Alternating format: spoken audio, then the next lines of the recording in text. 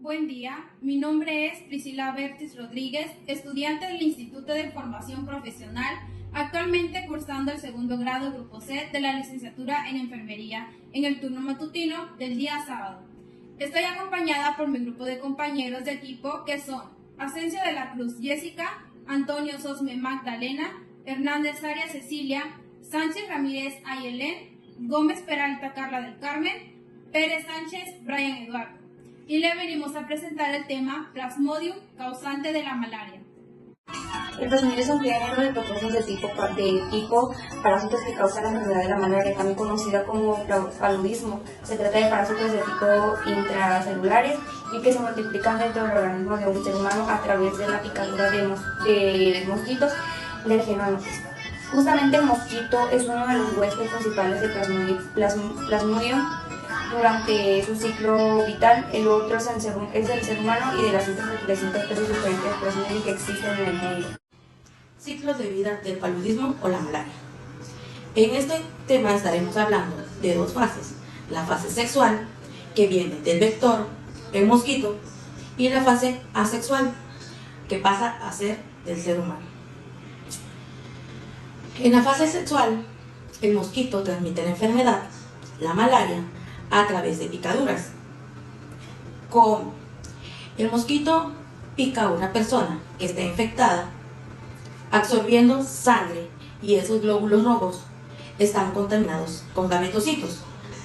Esos gametocitos se dice que están compuestos por gametocitos femeninos y gametocitos masculinos, el cual cuando son extraídos por el mosquito o anófeles llegan a él y hacen la fecundación.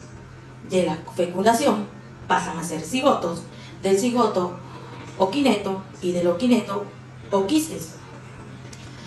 En el oquiste se libera y pasa a las glándulas salivales del mosquito. Entonces, cuando este mosco ya contaminado va y pica a un huésped que está sano, este mosco inyecta esporocitos. Los esporocitos es la enfermedad que ya va directamente al torrente sanguíneo. Ahora hablemos de la fase asexual. En la fase asexual se empieza cuando el mosco, el vector o anófeles pica a la persona sana. A través de su picadura está inyectando esporocitos. Los esporocitos viajan a través del torrente sanguíneo. La primera fase al llegar es al hígado. Llega al hígado, va a tener un trofismo por la célula hepática llamada hepatocito. En el hepatocito se va a reproducir, ya que ésta se reproduce, pasa a ser equisonte hepático. En la fase de equisonte tienen dos rutas: llevarlos a liberación de merozoitos o mandarlos a reposo, que se llama inozoitos. En los inozoitos podemos encontrar el vivax o el oval. El vivax y el oval pueden ser el resultado de una recaída en el paciente con el paso del tiempo. En la liberación de merizoitos, el merizoito se libera, se rompe y busca un glóbulo rojo. Este glóbulo rojo, su segunda fase es convertirse en trufozoito. El trufozoito se convierte en el equisonte y viene el mismo ciclo. En el equisonte se madura, se libera y busca otro glóbulo, y así hasta que viene otro vector, que es el mosquito, y pica de nuevo a la persona infectada o a la persona que se acaba de infectar y sigue propagando la bacteria. La transmisión se produce principalmente por la picadura de la hembra del mosquito del género Anopheles. La mayoría de los casos de infección en humanos se debe a las especies Plasmodium falciparum y Plasmodium vivax. La hembra del mosquito cría en el agua donde pone los huevos y se alimenta de sangre, por lo que pica a humanos, normalmente al anochecer y al amanecer. La temperatura ambiente, la humedad y la lluvia determinarán sus posibilidades de sobrevivir y, por tanto, la posibilidad de transmisión de la enfermedad. El ciclo de vida del parásito en la hembra del mosquito infectada varía de función de la temperatura. Cuanto más cálido es el ambiente, más corto es el ciclo, aumentando así las posibilidades de transmisión. El ciclo suele durar entre 9 a 21 días a temperaturas de 25 grados. La transmisión de persona a persona es muy rara, aunque se puede dar a través de transfusiones de sangre, por trasplante de órganos o por el uso compartido de agujas o jeringas contaminadas con sangre infectada. También puede darse la transmisión vertical de la madre e hijo. Teniendo en cuenta lo anterior, los casos de infección diagnosticados en Europa Occidental son viajeros o inmigrantes que proceden de zonas endémicas. Tipos de malaria y sus características. Hay 4 tipos de malaria, es decir, parásitos. Número 1. Plasmodium falciparum.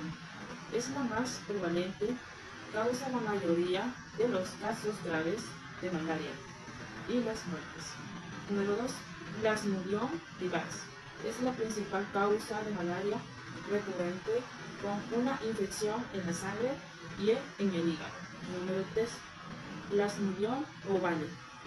Los eritrocitos infectados por Plasmodium ovale tienen fimbrias, son ovaladas y algo aumentadas de tamaño. Número 4. Plasmodium malariae. Son trofozoitos angulares, presentan uno o raramente dos. Asimismo, los parásitos Plasmodium vivax y Plasmodium falciparum son los más comunes en la malaria, mientras que Plasmodium malariae y Plasmodium ovale son parásitos menos conocidos. Características del Plasmodium. Es un parásito que causa la malaria, también conocido como paludismo. Se caracteriza por ser intracelular y multiplicarse en el organismo. Se produce a través de los mosquitos. Una de sus características, al menos 10 especies infectan al hombre. Se conocen más de 175 especies. Las especies Plasmodium falciparum, Plasmodium malariae, Plasmodium ovale y Plasmodium vivax provocan la malaria en el humano. La malaria es el proceso de determinación si una persona tiene la enfermedad. Esto se hace mediante una combinación de exámenes físicos, análisis de sangre y otras pruebas. Exámenes físicos. Un profesional de la salud realiza un examen físico para buscar signos de la enfermedad, como fiebre, dolor de cabeza o dolor muscular. Análisis de sangre. Se toma una muestra de sangre para buscar la presencia de parásito de la malaria.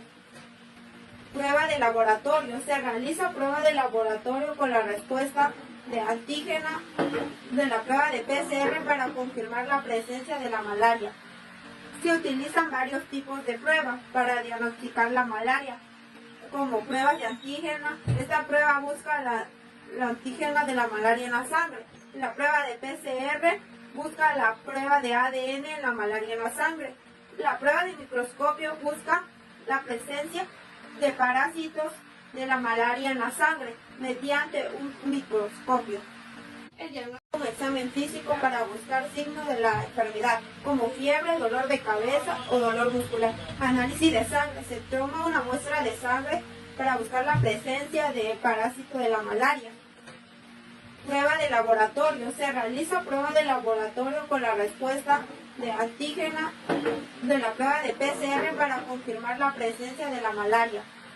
Se utilizan varios tipos de pruebas para diagnosticar la malaria, como pruebas de antígena. Esta prueba busca la antígena de la malaria en la sangre. La prueba de PCR busca la prueba de ADN en la malaria en la sangre.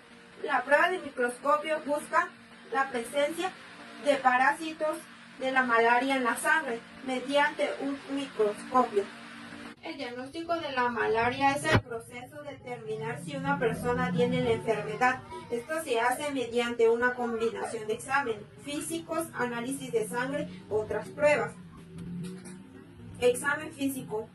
Un profesional de la salud realiza un examen físico para buscar signos de la enfermedad, como fiebre, dolor de cabeza o dolor muscular. Análisis de sangre. Se toma una muestra de sangre para buscar la presencia del parásito de la malaria. Se utilizan varios tipos de prueba para diagnosticar la malaria. Prueba de antígena. Esta prueba busca la presencia de antígena de la malaria en la sangre. Prueba de PCR. Esta prueba busca la presencia del ADN en la sangre. El resultado del diagnóstico puede ser positivo. La persona tiene malaria, negativo. La persona no tiene la malaria. La malaria es una enfermedad potencialmente mortal que también puede arriesgarse a crearte complicaciones graves. Bueno, la relevancia clínica de esta desde el 2015 a 2022. Desde el 2015 ha habido 482.000 casos en el 2015 y 600.000 casos en el 2023, de las cuales el 72% fueron acusados por P. vivax, mientras que el otro 27% fue causado por B. facuparum. Y bueno, casos de muertes en el 2015 por esta fue de un aproximado de 169 muertes, mientras que en el 2023 fueron alrededor de 116 en el caso de esta. Y bueno, hubo un 5% de incremento de casos y una reducción del 31%. Esto se ha familiarizado con la vacuna RTSS, que pues ha ayudado a disminuir un poco la incrementación de muertes y disminuido. Si crees que tienes malaria o que estuviste expuesto a ella, en ese caso deberías recurrir a tu médico de confianza o de familia.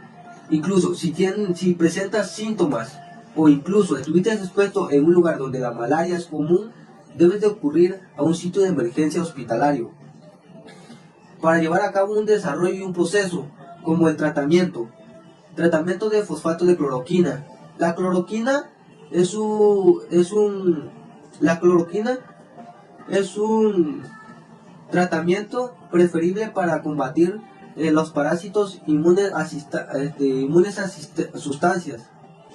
Sin embargo, existe un detalle, que es que en varias partes del mundo la cloroquina, que hay parásitos que son inmunes a la cloroquina, y es donde hacen que el medicamento y el tratamiento no sea eficaz para quien lo maneje o quien lo lleve a cabo. Y es donde entran las terapias combinadas con artemisinin, ya que estas se llevan a cabo por 2 o más fármacos, así atacando de diferentes maneras al parásito. Esto puede ser preferible para llevar a cabo el tratamiento de los parásitos que suelen ser inmunes a la cloroquina. Y así existen varios tipos de fármacos, como por ejemplo el artemeter y el lumefantrina, y también el artesunato y mefloquina. Prevención. Esta enfermedad es causada por parásitos de Plasmodium, en la cual se puede prevenir evitando las picaduras del mosquito. Se debe tomar precauciones adecuadas, como usar ropa de protección, usar mosquiteros y mallas mosquiteras tratadas con insecticidas, usar repelentes de mosquitos, realizar fumigación residual e interiores de nuestros hogares. Se deben usar vestimentas como pantalones, camisas de mangas largas para protegernos de las picaduras de los mosquitos. Aplicar repelentes solo en la piel expuesta. Las medidas adicionales serían como la vacunación contra la malaria, una herramienta que es importante para prevenir la enfermedad. Usar aires acondicionados para producir la temperatura y la humedad, lo que puede ayudar a reducir la población del mosquito. Las personas que viven o viajan en zonas donde la malaria es frecuente deben tomar precauciones para evitar la exposición al mosquito. Las medidas de control de los mosquitos incluyen las eliminaciones en zonas de reproducción. El objetivo principal tratamiento es curar la infección mediante la eliminación rápida y total de la malaria, en la cual se deben de informar a las personas cómo sería prevenir la enfermedad, informar sobre los métodos de prevención de la malaria como el uso de mosquiteros, como ya antes mencionado, hacer conciencia sobre los riesgos a las personas asociadas con la malaria como la enfermedad grave y mortal, fomentar detención temprana para que las personas puedan recibir tratamientos adecuados y evitar complicaciones graves. Al igual promover la educación y la conciencia sobre la malaria para que las personas puedan tomar decisiones informadas sobre la salud. Reducir la incidencia de la malaria en las comunidades, al igual mejorar la salud pública en general, reducir la carga de la malaria en los sistemas de salud, al igual salvar vidas y proveer lo adecuado. El control de los vectores es un componente básico en las estrategias y en control para poder eliminar y a nosotros nos resulte más fácil y eficaz para prevenir la infección y reducir la transmisión de la enfermedad.